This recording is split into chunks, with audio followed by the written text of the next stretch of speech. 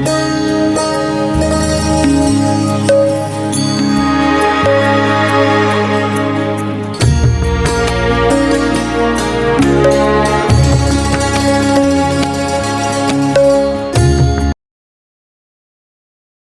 to discover new audiences? It's time to try Taboola. Get exposed. कोई भी काम मुश्किल भले ही हो, लेकिन नामुमकिन नहीं होता। लोगों में हौसला भरने की कोशिश करते ये चंद शब्द अपने आप में कितने सही हैं, इसका जीता जागता उदाहरण है बिहार के गया जिले के दशरथ मांझी।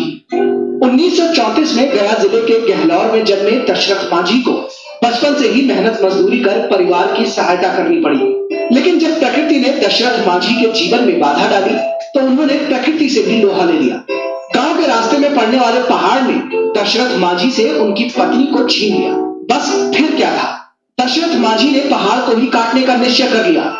गांव वालों ने उनके इस निश्चय को हंसी मजाक में उड़ा दिया, लेकिन दशरथ मांझी के हौसले पर कोई फर्क न पड़ा और 22 साल की अथक मेहनत ने वो कर दिखाया जो लगभग असंभव सा था। दशरथ मांझी ने अपने दम पर पहाड़ से 360 फीट लंबा और 30 फीट चौड़ा हिस्सा काटकर रास्ता बनाया। आज गया के इस गांव की पहचान दशरथ मांझी से है और गांव के लोगों को गांव से बाहर जाने के लिए पहाड़ पर चढ़ने या उतरने की जरूरत नहीं पड़ती। हम हमेशा से ही कहानियों और उपन्यासों में प्रेम के किस्से सुनते आए थे, जिनमें जान लेने या देने की ही बातें होती थी, लेकिन दशरथ मांझी ने प्रेम की ताकत के बल पर पहाड़ को काट कर दिखा दिया कि प्रेम से दुनिया को नई राह भी दिखाई जा सकती है। शीश और अमित के साथ प्रकाश पंत की रिपोर्ट, डीडी न्यूज।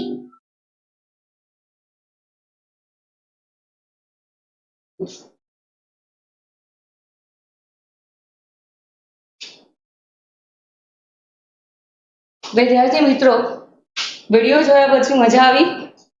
ઓકે, તો હવે પ્રશ્નોના જવાબ આપવા માટે પણ તૈયાર થઈ જાઓ. Do you know this personality? Tell me. તમે આ વ્યક્તિને ઓળખો છો? What is his name? કેમ કે આપણે હમણાં હાલ જ તેમનો વિડિયો જોયો છે. શું નામ છે તેમનું? His famous personality name was Dasarath Manjhi. કે આ ફેમસ વ્યક્તિનું નામ છે Dashrath Manjhi. He was known as a mountain man. તે mountain man તરીકે ફેમસ છે. He belongs to Ghelor village near Gaya in Bihar. કે તેઓ ગેલોર વિલેજ ક્યાં આવેલું છે? તો બિહાર રાજ્યમાં ગયાની બાજુમાં આવેલા ગેલોર ગામના તેઓ વતની છે. હવે કેમ એમને માઉન્ટેન મેન કહેવાય છે? શા કારણે આપણે એમને માઉન્ટેન મેન તરીકે ઓળખીએ છીએ? તો આપણે વિડીયોમાં હમણાં હાલ જોયું છે એ જ રીતે કે તેઓએ પર્વત વચ્ચેથી રસ્તો બનાવ્યો છે કે his wife died due to injury caused by falling from a mountain. કે તેમના પત્ની પર્વત ઉપરથી પડવાના કારણે તેમનું મૃત્યુ નીપજ્યું. This tragedy changed his life. અને આ જ કરુણ ઘટનાએ તેમનું આખું જીવન બદલી નાખ્યું. એટલે કે Dashrath Manjhi was doing some labourer work. Dashrath Manjhi કેટલોક મજૂરી કામ કરી રહ્યા હતા. એકવાર એમના વાઇફ તેમના માટે કંઈક લઈને જતા હોય છે અને આખો જે ગેલોર વિલેજ જે છે એ પ્રદેશ હિલી એરિયા એટલે કે પર્વતોથી ઘેરાયેલો પ્રદેશ છે. હવે આ પર્વત ત્યાં એ રીતે છે કે ક્યાંક જવું હોય, એક ગામથી બીજે ગામ જવું હોય તો રસ્તો નથી, પરંતુ તેમને આખો પર્વત ઓળંગીને જવાનું છે. અહીંયા તેમના વાઇફ પર્વત ઉપરથી પડી જવાના કારણે સખત ઘવાય છે. હવે એ ટાઈમે ચોક્કસ સમયે મેડિકલ ટ્રીટમેન્ટ તેમને મળી શકતી નથી, કારણ કે જવાનો કોઈ રસ્તો છે નહીં. ચોક્કસ ટાઈમે મેડિકલ ટ્રીટમેન્ટ ના મળી શકવાના કારણે તેમના વાઇફનું મૃત્યુ થાય છે. અને એ જ કહે છે કે this tragedy changed his life. અને આ જ કરુણ ઘટનાએ તેમનું જીવન બદલી નાખ્યું. કે Manjhi was deeply disturb. Manjhi ખૂબ જ આઘાત લાગ્યો છે માંઝીને. And he decided to carve a path between the mountain. Carve એટલે કોતરવું, કે હું પર્વત કોતરીને અહીંયા રસ્તો બનાવીશ. એમને એક સરસ બાબત કીધી હતી કે તુજે નહીં છોડુંગા જબ તક નહીં તોડુંગા, કે જ્યાં સુધી હું તને અહીંયાથી તોડીશ નહીં ને, રસ્તો નહીં બનાવું ને, ત્યાં સુધી હું તને અહીંયાથી ક્યાંય ખસવાનો નથી. હવે જુઓ કે when he started this work, people called him a lunatic, કે લોકોને તો એવું લાગ્યું કે ગાંડો માણસ છે, લાગણીઓમાં આવી અને બોલ્યા કરે છે કે હું તો આખો પર્વત કોતરીને રસ્તો બનાવીશ. But it is very impossible task, કે આ કંઈ સહેલું કામ નથી. When he started his work, people called him a lunatic, but his strong determination, પરંતુ એનો દ્રઢ ઈચ્છા શક્તિના કારણે he completed this work within 22 years. આ કંઈ નાનો એવો ટાઈમ નથી, 22 વર્ષ સુધીનું કામ છે એને, કે એમના નિશ્ચયના કારણે 22 વર્ષમાં તેમને ત્યાં રસ્તો બનાવી દીધો. હવે જુઓ કે 22 વર્ષ આપ્યા છે કે પોતાની યુવાનીના જે મુખ્ય વર્ષો છે એ એમને શેમાં સ્પેન્ડ કરી દીધા છે? આ રસ્તો બનાવવા માટે. કે કેટલાક લોકો આપણે એવા જોયા છે કે ગમમાં સરી પડે, ગાંડા બની જાય, કે કોઈને પાસે બદલું લેવાની ભાવના રાખે, પણ આને તો સમાજને કંઈક નવું આપ્યું છે, એટલે કે તે એક આપણને ઉદાહરણ પૂરું પાડ્યું છે સારી બાબતનું. This path reduced the distance between the Atri and the Wajirganj sector of Gaya district from 55 kilometers to 15 kilometers. This path reduced. આ રસ્તો બનવાના કારણે શું થાય છે? રિડ્યુસ એટલે કે ઘટે છે. The distance between the Atri and Wazirganj sector, એટલે કે આ બે જગ્યા પ્લેસ છે, અત્રી અને વાજીરગંજ, એ બંને જગ્યા ક્યાંની છે? Of Gaya district, from 55 kilometres to 15 kilometres, કે 55 કિલોમીટરનું અંતર ઘટીને આ બંને વચ્ચેનું અંતર આ રસ્તો બનવાના કારણે 15 કિલોમીટર જેટલું બની જાય છે. Indian Post also issued a post tickets on him, કે ભારતીય પોસ્ટે તેમના માટે તેમના સન્માનમાં એક પોસ્ટ ટિકિટ પણ ઇસ્યુ કરી છે. His name was also nominated for Padma Shri Award in 2006 from Bihar government, કે બિહાર સરકારે તેમનું નામ 2006માં પદ્મશ્રી એવોર્ડ માટે પણ નોમિનેટ કર્યું હતું. એન્ડ તેમના જીવન ઉપરથી એક સરસ મજાનું ફિલ્મ પણ બનેલી છે. તો વિદ્યાર્થી મિત્રો, આ વ્યક્તિ વિશે વધારે સમજ મેળવવા માટે તમે યુટ્યુબ પર જઈને સર્ચ કરો તો આમની ફિલ્મ પણ તમે જોઈ શકો છો. સાથે જુઓ કે આખો ઇન્સિડન્સ આપણને દશરથ માંઝીનું શું સૂચવી જાય છે, શું શીખવે છે આપણને, કે તેમણે જે કાર્ય કર્યું એ કઈ સ્થિતિમાં કર્યું છે? Against the odds. આપણે યુનિટ નંબર 1 ભણવા જઈ રહ્યા છે, અગેન્સ્ટ ધ ઓડ્સ, કે સિચ્યુએશન ભલે ગમે એટલી ખરાબ હોય, અગેન્સ્ટ એનો સામનો કરો. એટલે આપણું ટાઇટલ જે છે એ પણ ટાઇટલ જસ્ટિફાઈડ કરે છે આપણો આગળનો ઇન્સિડન્સ. અને આ બાબત આપણે ખાસ શીખવાની છે. જુઓ વિદ્યાર્થી મિત્રો, આપણી બુકમાં સૌથી પહેલું જે ટાઇટલ પેજ છે એમાં જો એક ફોટોગ્રાફ્સ આપ્યો છે, અને એ પહેલો જે છે એ દશરથ માંઝીનો જ છે. અને એના લાસ્ટ પેજમાં પણ જુઓ કે લાસ્ટમાં પણ કોઈક પર્વત બતાવ્યો છે. તો દશરથ માંઝીનો ફોટો, દશરથ માંઝીની બાબત એ આપણે બુકમાં પણ ભણી લીધેલી છે. કોઈ ખાસ સારી બાબત છે. હવે આપણે અહીંયા ભણવા જઈ રહ્યા છે અગેન્સ્ટ ધ ઓડ્સ, એટલે કે આફતને પણ અવસરમાં પલટતા આપણને આવડવી જોઈએ. There are 3 incidents in these topics. First, the tracks to Tajnagar. Number 2, Sitapur slide. And number 3, Palakkad's public library. કે આપણે આ 3 ટોપિક ભણવાના છે. હવે આ 3 ટોપિક એ રિયલ ઇન્સિડન્ટ છે, કે સાચી બાબત બની ગયેલી છે. અને આની બાબતમાં તો કહી શકાય કે જો મનમાં દ્રઢ ઈચ્છા શક્તિ હોય તો કોઈ પણ પરિસ્થિતિનો સામનો આપણે કરી શકીએ છીએ. હમણાં 2019માં પ્રાંજલ પાટીલ, તમે નામ સાંભળ્યું હોય તો, અથવા યુટ્યુબ પર જઈને સર્ચ કરજો. તો પ્રાંજલ પાટીલ જે મેડમ છે એ બ્લાઇન્ડ છે, અને છતાં પણ 2019માં she was nominated as a sub district collector in Thiruvananthapuram, Kerala. કે તે પોતે બ્લાઇન્ડ હોવા છતાં પણ 2019માં civil and she passed civil services in her first attempt, અને પહેલા જ અટેમ્પ્ટમાં સિવિલ સર્વિસ પરીક્ષા પાસ કરીને સબ ડિસ્ટ્રિક્ટ મેજિસ્ટ્રેટ તેઓ સબ ડિસ્ટ્રિક્ટ મેજિસ્ટ્રેટ તરીકે તેઓ તિરુવનંતપુરમ, કેરળમાં નોમિનેટ થયા છે. ત્યાં તેમનું પોસ્ટિંગ થયું છે. તો જુઓ કે બે આંખે બ્લાઇન્ડ છે છતાં પણ કરી શકે છે.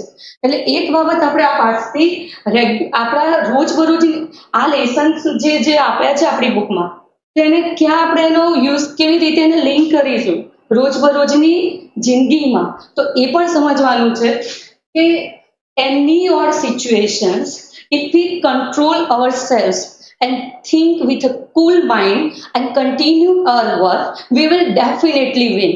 તો આપણે ચોક્કસ સફળ થઈશું જ. હવે અહીંયા સૌથી પહેલા આપણો યુનિટ છે ટ્રેક્સ ટુ તાજનગર, કે જે આપણે ભણવા જઈ રહ્યા છે. હવે વિદ્યાર્થી મિત્રો, તેમાં સૌથી પહેલા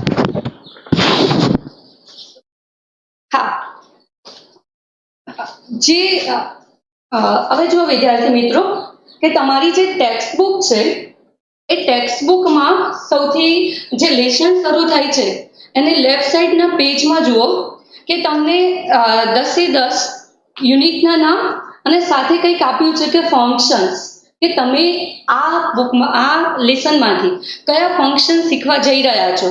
તો સૌથી પહેલો આપણો યુનિટ છે અગેન્સ્ટ ધ ઓડ્સ, અને એનું ફંક્શન આપ્યું છે describing and specifying time and location. કે આપણે આમાં શીખવાનું છે કે describing and specifying time and location કેવી રીતે આપણે એને લેંગ્વેજમાં ઉપયોગ કરી શકીએ છીએ, એ આપણે લેસન ભણતી વખતે શીખીએ. હવે મારી એક રિક્વેસ્ટ છે કે જેટલા પણ બાળકો આની સાથે જોડાયેલા છે, ઓનલાઈન અમારા ચેનલ સાથે જોડાયેલા છે, એ દરેક જણ એક વખત પોતાનું લાઈક બટન પર ક્લિક કરજો, જેથી અમને પણ ખબર પડે કે કેટલા બાળકો જોડાયા છે. Now let's we begin our lesson. તો ચાલો ત્યારે આપણે હવે આપણું લેસન શરૂ કરીએ. Tracks to Tajnagar. હવે જો વિદ્યાર્થી મિત્રો, ટાઇટલ આપ્યું છે ટ્રેક્સ ટુ તાજનગર. ટ્રેક એટલે રેલવેના પાટા, અને બીજું નામ છે તાજનગર. તો આપણો પહેલો ક્વેશ્ચન એવો થાય કે મેડમ આમાં શું ભણવાનું છે? રેલવેના પાટા, આવું તો કોઈ લેસન હોય? આમાં કંઈ શીખવાનું શું છે? તો જો પહેલા મેં તમને કીધું હતું કે આપણે જે ભણીએ છીએ એને આપણી યુઝ ટુ જે લાઈફ છે એમાં લિંક કરતા આપણને આવડવું જોઈએ.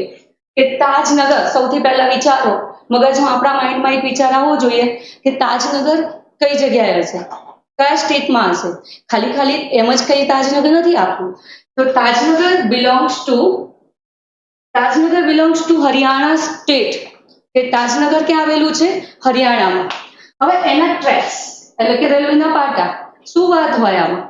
તો સૌથી પહેલા સમજી લઈએ કે ટ્રેક્સ ટુ તાજનગરમાં કે તાજનગરના લોકો જે છે એમના ગામમાં, હવે તાજનગર હરિયાણાનું એક ગામ છે, અને એ ગામમાંથી રેલવે લાઈન પસાર થઈ રહી છે. હવે ગ્રામવાસીઓ એવું વિચાર્યું કે અહીંયાથી જો રેલવે લાઈન પસાર થઈ રહી હોય અને અહીંયા રેલવે સ્ટેશન બનાવવામાં આવે તો ગામની ઘણી બધી સમસ્યાઓ હલ થઈ જાય. એ જ સમયે કેવો હોય, કેમ કે આપણી ઘણી બધી સમસ્યાઓ હલ થઈ જાય એટલે તેમણે રેલવે ડિપાર્ટમેન્ટ પાસે આના માટે માંગણી મૂકી કે અમારી આ બાબત હલ કર, અમારી જે સમસ્યા છે કે અમારા ગામમાં રેલવે સ્ટેશન સ્થપાય તે માટે તમે કંઈક કરો. હવે રેલવે ડિપાર્ટમેન્ટ તેમને શું જવાબ આપે છે કે કેવી રીતે રેલવે સ્ટેશન ગામમાં બનશે કે નહીં બને, તો સ્ટેપ લેવાશે, એ આપણે લેસન ભણીને જાણીશું. તો જોઈએ આપણે આપણું લેસન. તો નાઉ લેટ્સ બિગિન અવર ટોપિક. હવે જુઓ, સૌથી પહેલા આપણે આપણા લેસનની શરૂઆત કરવા જઈ રહ્યા છે. For 25 years, the residents of Tajnagar village near Gurgaon lobbied for a railway station in their village.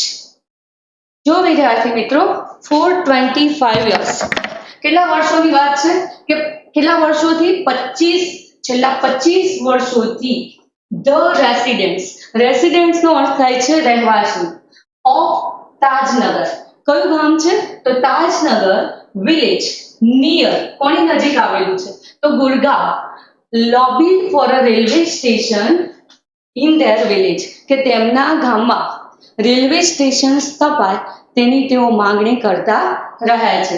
કે છેલ્લા 25 વર્ષોથી, એટલે કે 25 વર્ષોથી તાજનગર ગામના લોકો, તાજનગર ગામ કે જે ગુરગાંવની નજીક આવેલું છે, તે તેમના ગામમાં રેલવે સ્ટેશનની સ્થાપના થાય તે માટેના તેઓ માંગણી કરતા રહ્યા છે. When the demand was not met, જ્યારે તેમની માંગણી પૂરી ના થઈ ત્યારે the villagers decided to take matters into their own hands.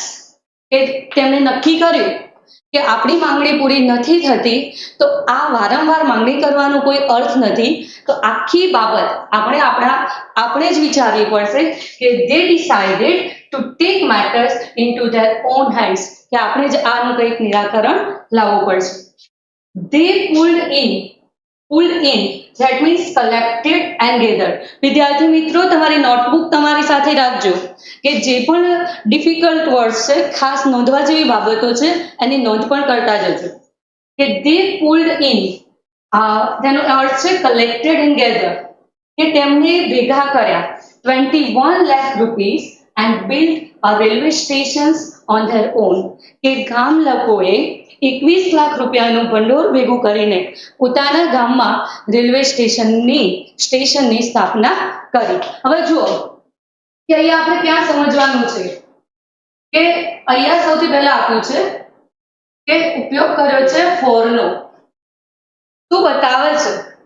for 25 years, 25 વર્ષોથી, કે 25, અને આપણે આજે એક ફંક્શન શીખવાના છે, specifying time and location.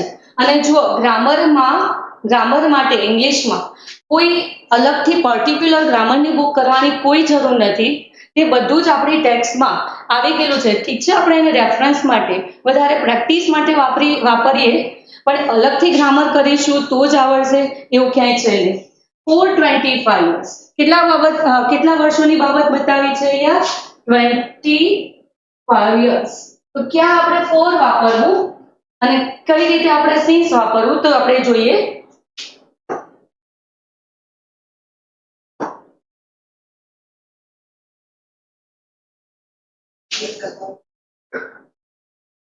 Yes.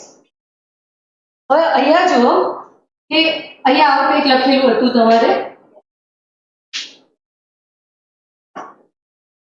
કે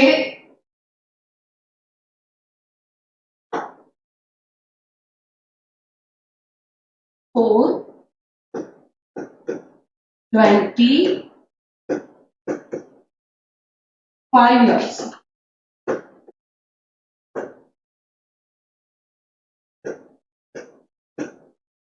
શું બતાવે છે for? આ જ્યારે તમારે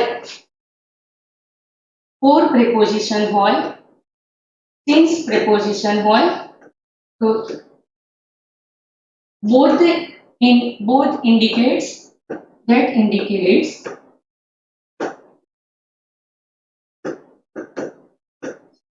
time.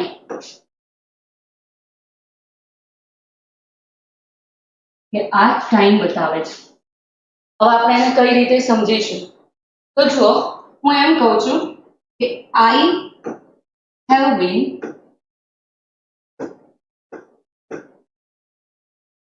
teaching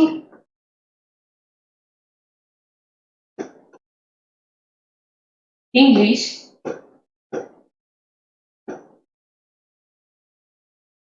since 2009. જો વિદ્યાર્થી મિત્રો, આ વાક્ય સમજજો કે મેં એવું લખ્યું છે કે I have been teaching English since 2009, કે હું ઇંગ્લિશ 2009 થી ભણાવું છું. અને બીજું સેન્ટેન્સ એવું છે કે I have been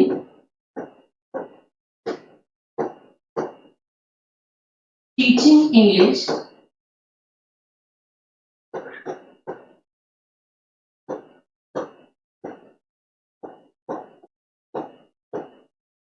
for 2004.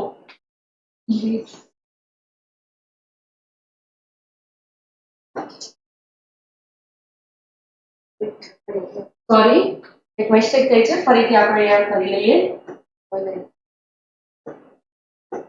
I have been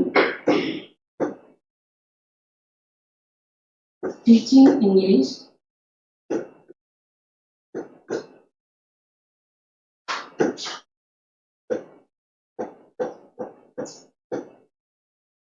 since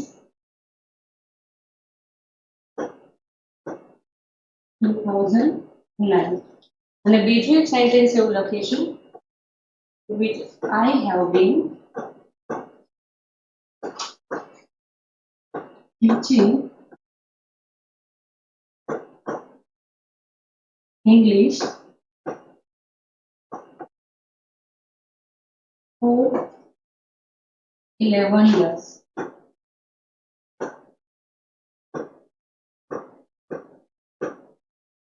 Now tell me, what is the difference between two sentences?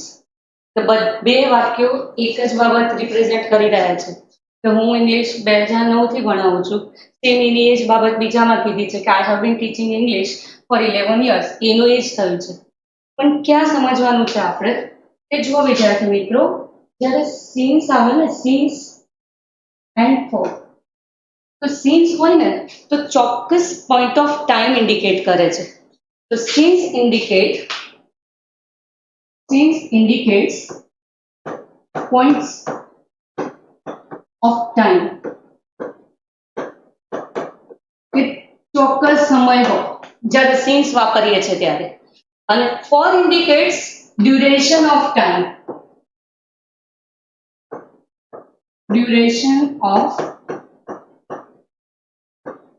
Time. For indicates duration of time અને since indicates points of time. એટલે તમે એવું કહી શકો કે you have been reading English since 9 o'clock. એટલે એનો અર્થ એવો થયો કે તમે 9 વાગ્યાથી ઇંગ્લિશ વાંચી રહ્યા છો. પણ કોઈ એમ કહે કે you have been reading English four 5 years or 3 years, તો 5 years અથવા 3 years બોલે છે તો એ શું બતાવે છે કે ડ્યુરેશન, પણ કોઈ ચોક્કસતા નથી કે હા તમે ચોક્કસ કેટલા સમયથી આ કામ કર્યું છે. એટલે આ બે બાબતો ધ્યાનમાં રાખીશું, સિન્સ અને ફોર. કે સિન્સ આવે છે ત્યારે પોઈન્ટ્સ ઓફ ટાઈમ છે અને ફોર વપરાય ત્યારે આપણે ડ્યુરેશન ઓફ ટાઈમ છે. હવે આનો ઉપયોગ ક્યાં થશે? તો આપણી પેપર સ્ટાઇલમાં એક એડિટિંગનો પ્રશ્ન આવે છે કે ભૂલ આપણે જે કરેક્ટ ધીસ પાર્ટ, તો એ કરેક્ટ ધીસ પાર્ટ જ્યારે આપણે કરવા બેસીશું તે વખતે ક્યારે આવું આપી દીધેલું હોય ચોક્કસ પોઈન્ટ્સ ઓફ ટાઈમ અને અહીંયા ક્યાંક લખી દીધું હોય ફોર, અને જ્યાં ફોરનો ઉપયોગ કરવાનો હોય ત્યાં સિન્સનો કરી દીધો હોય, તો હા આપણને એ વખતે ચોક્કસ ખબર પડવી જોઈએ કે મારે અહીંયા શું યુઝ કરવાનું છે, ફોર અથવા સિન્સ.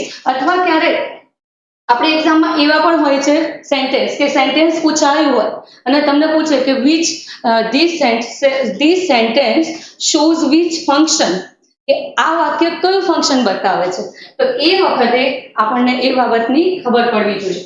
હવે જોઈએ અહીંયા કે પેરેગ્રાફમાં જો અહીંયા બીજો એક શબ્દ છે પુલ્ડ ઇન.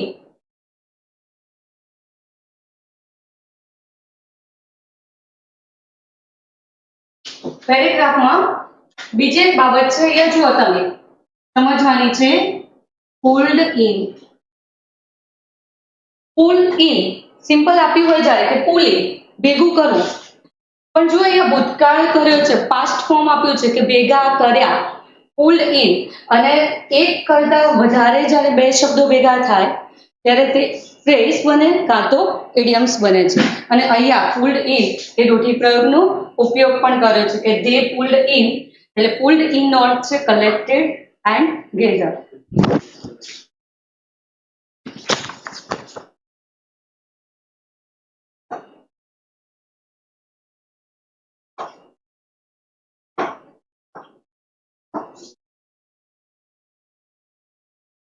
તો વિદ્યાર્થી મિત્રો, now ready to get the answer.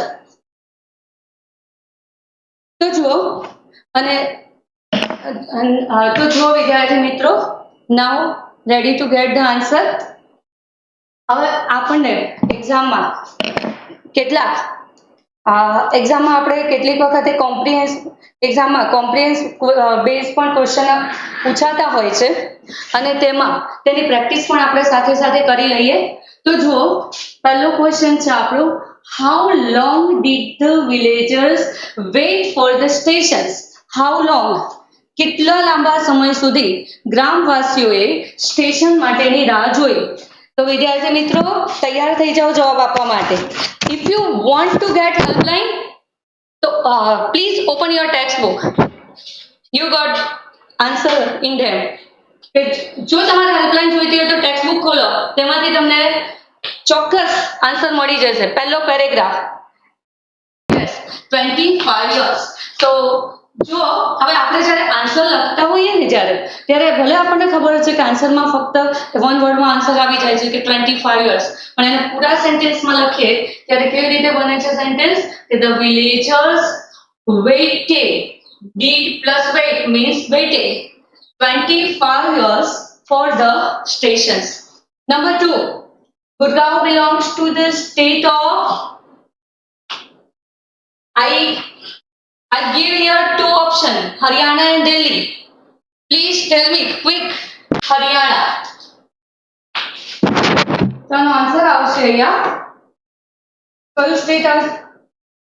Answer આવશે, સોરી,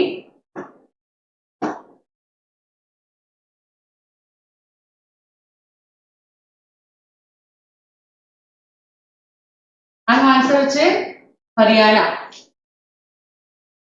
ત્રીજો question, which village is mentioned in the paragraph?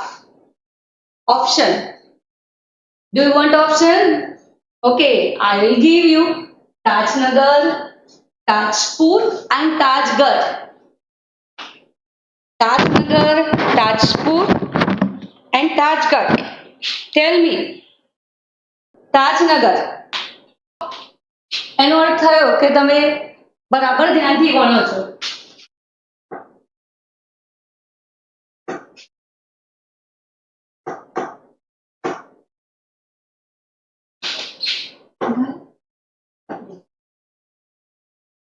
Now, let's start the second paragraph. Paragraph number 2. વિદ્યાર્થી મિત્રો, તમે તમારી બુકમાં ધ્યાન રાખશો. Most of the 3,000 people living in the village are farmers. How many people lived in that village?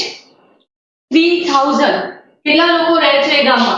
તો 3,000 ની વસ્તી છે. પોપ્યુલેશન ઓફ ધીસ વિલેજ તો 3,000 ની.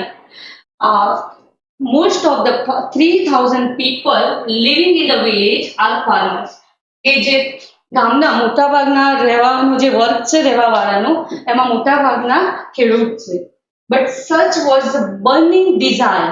બર્ન એટલે સળગવું, જનરલી આપણે અર્થ કરતા હોઈએ છીએ, અને ડિઝાયર એટલે ઈચ્છા. એટલે આપણે એવું ના કહેવાય કે સળગતી ઈચ્છા, પરંતુ દ્રઢ ઈચ્છા શક્તિ, સ્ટ્રોંગ વિશ, એને આપણે કહીશું. આપણે એવા અર્થ નહીં કરવાના કે સળગતી ઈચ્છા હતી તે લોકોની, કે but such was the burning desire to have a stations in the village. But such was the burning desire to have a stations in the village. પણ તેઓની એક ચોક્કસ બધાની ખૂબ ઈચ્છા હતી કે ગામમાં એક સ્ટેશન હોય, રેલવે સ્ટેશન હોય. And everybody contributed according to their capacity. Capacity નો અર્થ જો અહીંયા તમને આપ્યો છે એબિલિટી અને ક્ષમતા. કેપેસિટી એટલે કે દરેક વ્યક્તિઓએ પોતાની ક્ષમતા મુજબનું યોગદાન તેમાં આપે છે, ranging from the 3000 rupees to 75,000 rupees. એનું મર્યાદા છે કે 3,000 રૂપિયાથી શરૂ કરીને આપનારા જે ફંડ આપનારા લોકો છે એમાં 3,000થી શરૂ કરીને 75,000 સુધીના આમાં ફંડ આપનારા લોકો પણ છે કે 3,000થી શરૂ કરીને 75,000 સુધીનું લોકોએ તેમાં ફંડ આપ્યું છે કે ફાળો આપ્યો છે. They donated money for the station and we started the construction in January 2008. They donated money. તે લોકોએ પૈસાનું દાન કર્યું છે for the station and we started the construction, અને અમે લોકોએ તેનું બાંધકામ શરૂ કર્યું in January 2008. કયા વખતમાં? કે જાન્યુઆરી 2008માં. said Ranjit Singh, a former village સરપંચ. હવે જુઓ વિદ્યાર્થી મિત્રો, એક ખાસ શબ્દ છે ધ્યાન રાખવાનું, ફોર્મર વિલેજ સરપંચ, હાલના નથી. અને એનું એક આપ્યું છે કે પૂર્વ સરપંચ, જે અગાઉ થઈ ગયા છે. એના માટે આપણે કંઈક બોલવું હોય તો શું બોલીશું? ફોર્મર, કે જે અગાઉ થઈ ગયું છે. હવે જુઓ, સેડ રણજીત સિંહ, અ ફોર્મર વિલેજ સરપંચ. અને ત્યાં એક વસ્તુ માર્ક કરવાની છે કે શું આપ્યું છે, જો ડબલ ઇન્વર્ટેડ કોમા છે કે ધે ડોનેટેડ, અહીંયાથી શરૂ કરીને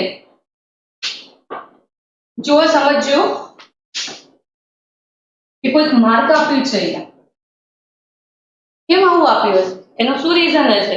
તો જ્યારે કોઈ વ્યક્તિની વાત એના એ શબ્દોમાં આપણે રજૂ કરતા હોઈએ ત્યારે આપણે એને ડબલ ઇન્વર્ટેડ કોમામાં વપરાય છે.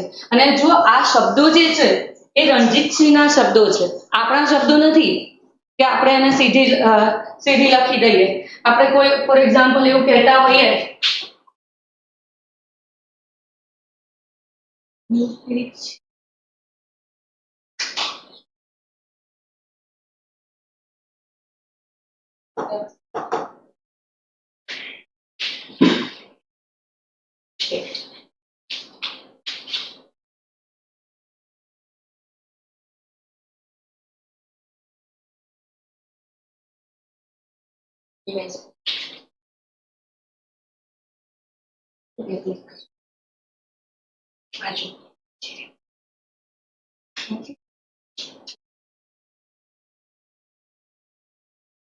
હવે જો વિદ્યાર્થી મિત્રો, કે ફોર એક્ઝામ્પલ આપણે એવું કહેતા હોઈએ કે ગાંધીજી સેઝ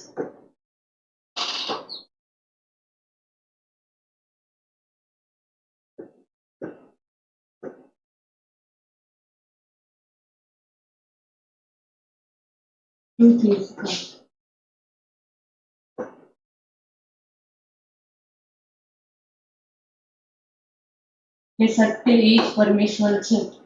તો આ આપણા વાક્યો નથી, આ ગાંધીજીના વાક્યો છે. એટલે આપણે જ્યારે લખીએ ને તો તેમાં લખીશું ડબલ ઇન્વર્ટેડ કોમામાં. અને આનો ઉપયોગ તમે ક્યાં કરશો? તો જ્યારે તમે ઇનડાયરેક્ટ નેરેશન શીખતા હશો, રિપોર્ટેડ સ્પીચ શીખતા હશો, ત્યારે સૌથી પહેલા આની જરૂર પડશે તમારે કે ડબલ ઇન્વર્ટેડ કોમા દૂર કરી અને આપણે પ્રોનાઉન બદલતા હોઈએ છીએ. સાથે બીજી જરૂરિયાત, બીજી વસ્તુનો આનો ઉપયોગ ક્યાં થશે? તો જ્યારે તમે કોમ્પ્રિહેન્શનમાં આન્સર આપી રહ્યા હશો તો એ વખતે પણ તમારે આ બાબતનું ધ્યાન રાખવું પડશે. હવે આપણે શરૂ કરીએ. તમે જેની રાહ જોઈ રહ્યા છો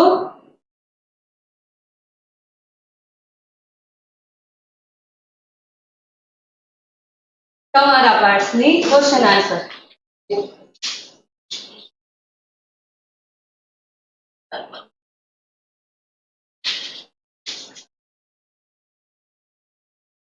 Okay. In the village, most of the people are. I give two options: farmers or businessmen. Tell me. Farmers. Answer. How easy છે? Farmers. Who was Ranjit Singh? Tell me. Who was Ranjit Singh? Sarpanch.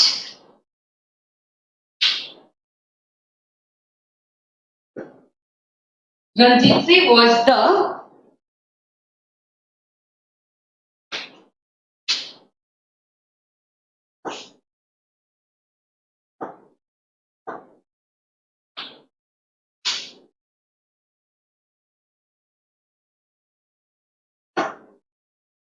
Ranjitri was the former, add કરીશું આગળ એના former ની આગળ former sarpanch of the village.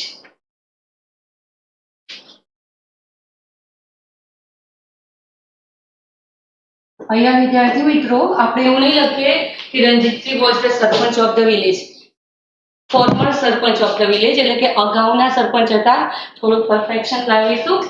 The donation from the people of Tajnagar was in a range from ખાલી જગ્યા to ખાલી જગ્યા. Tell me કે કેટલું છે તેમનું ડોનેશન, તેનું પેલું જો તમે તમારી ટેક્સ્ટ બુકમાં 3000 to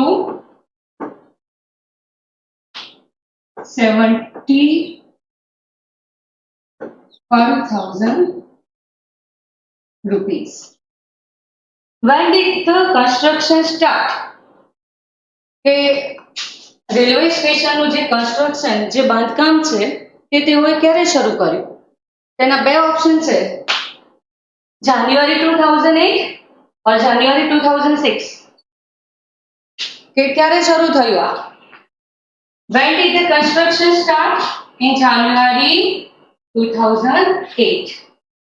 આપણો આન્સર રહેશે કે ઇન જાન્યુઆરી 2008 માં આનું કન્સ્ટ્રક્શન આપણે સ્ટાર્ટ થયું છે.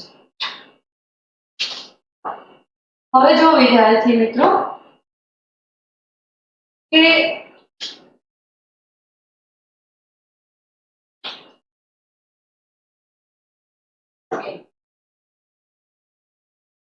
આપણો પેરેગ્રાફ નંબર 2, તો એમાં ખાસ બાબત આપણે કઈ નોંધ કરવાની છે કે અહીંયા જો તમને આપ્યું છે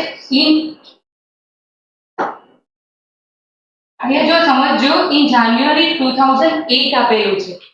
હવે જો આની જગ્યાએ ઇન જાન્યુઆરી 2022 લખાઈ જાય તો શું ફરક પડી જાય?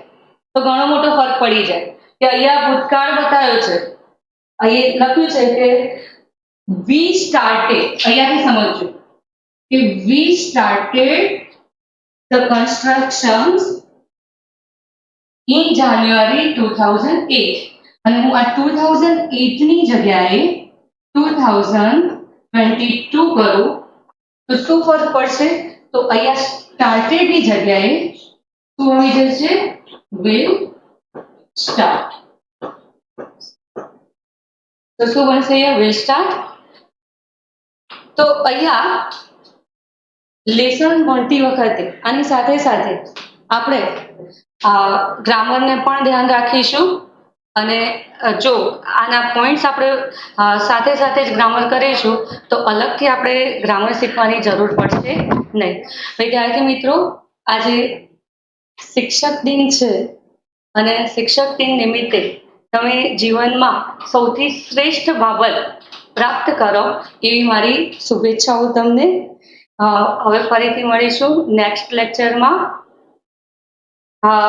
હા, પણ સાથે સાથે વિદ્યાર્થી મિત્રો તમને એક હોમવર્ક પણ આપું છું કે તમે અહીંયા જે આપણે બુકમાં જે જેટલા બે પેરેગ્રાફ સુધીનું ભણ્યા છે અને જે ફંક્શન જે આવે છે એ ફંક્શનના દરેક ફંક્શનના 5-5 વાક્યો એક્સરસાઇઝમાં કરશો એવી અપેક્ષા સહ અહીંયા હું મારું લેક્ચર પૂરું કરું છું.